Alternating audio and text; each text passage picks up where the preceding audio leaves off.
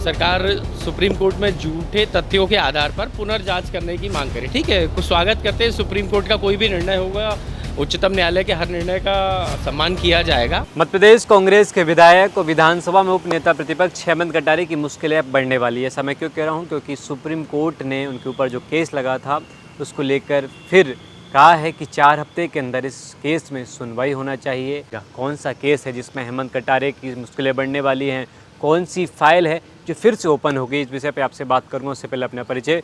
नमस्कार, मैं हूं राघव शर्मा। आप देखना शुरू कर चुके हैं हिंदा लपेटा। अटेर से कांग्रेस के विधायक हेमंत कटारे, जिन पर 2018 में पत्रकारिता की छात्रा ने एक केस लगाया था, शोषण का केस था। महिला थाने में एफआईआर दर्ज होती है। एफआईआर दर्ज होने के बाद उस छात्रा ने कहा था कि हेमंत कटारे ने दोस्ती के नाम पर मेरे साथ शोषण किया है और कई महीनों तक मेरे साथ शोषण करते रहे हैं। महिला थाने में एफआईआर दर्ज होती है।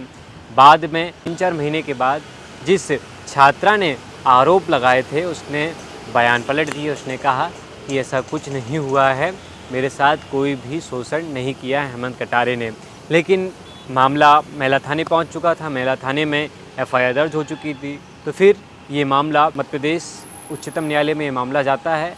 वहाँ पर 2024 में इस मामले में सुनवाई होते हुए इस मामले को ख़त्म कर दिया जाता है और एफआईआर जो दर्ज की जाती है उसको भी ख़त्म कर दी जाती है।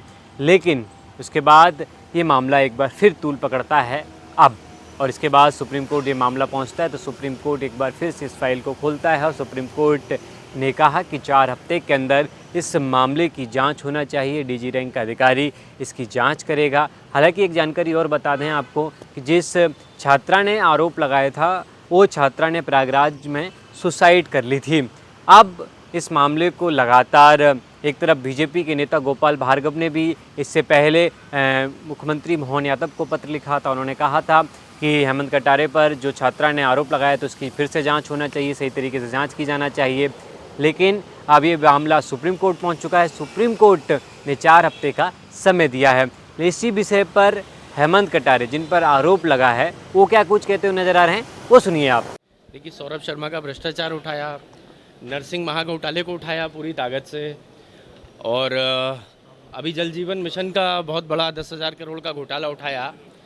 इसका परिणाम ये निकला कि विपक्ष की आवाज़ को दबाने के लिए सरकार सुप्रीम कोर्ट में झूठे तथ्यों के आधार पर पुनर्जांच करने की मांग करे। ठीक है, कुछ स्वागत करते हैं। सुप्रीम कोर्ट का कोई भी निर्णय होगा, उच्चतम न्यायालय के हर निर्णय का सम्मान किया जाएगा। 7-8 साल तो जांच कर ही चुके हैं। सबसे पहले जब आरोप लगाए तो उसका परिणाम ये निकला कि जनता की जो अदालत है, जो सबसे बड़ी अदालत होती है देश में लोकतंत्र की, मैं वहाँ पे 21,500 वोट से जीत करके आया, इस विधानसभा का सदस्य बना। फिर आरोप लगाए, उसका परिणाम ये निकला कि हाई कोर्ट में भी मैं जीत के आया। 7.5 साल इन्होंने प्रयास किए, लेकिन कोई भी साक्ष्य मेरे खिलाफ आज तक नहीं निकाल पाए, क्योंकि सरकार का षड्यंत्र था और कोई घटना में कुछ भी तथ्य नहीं थे।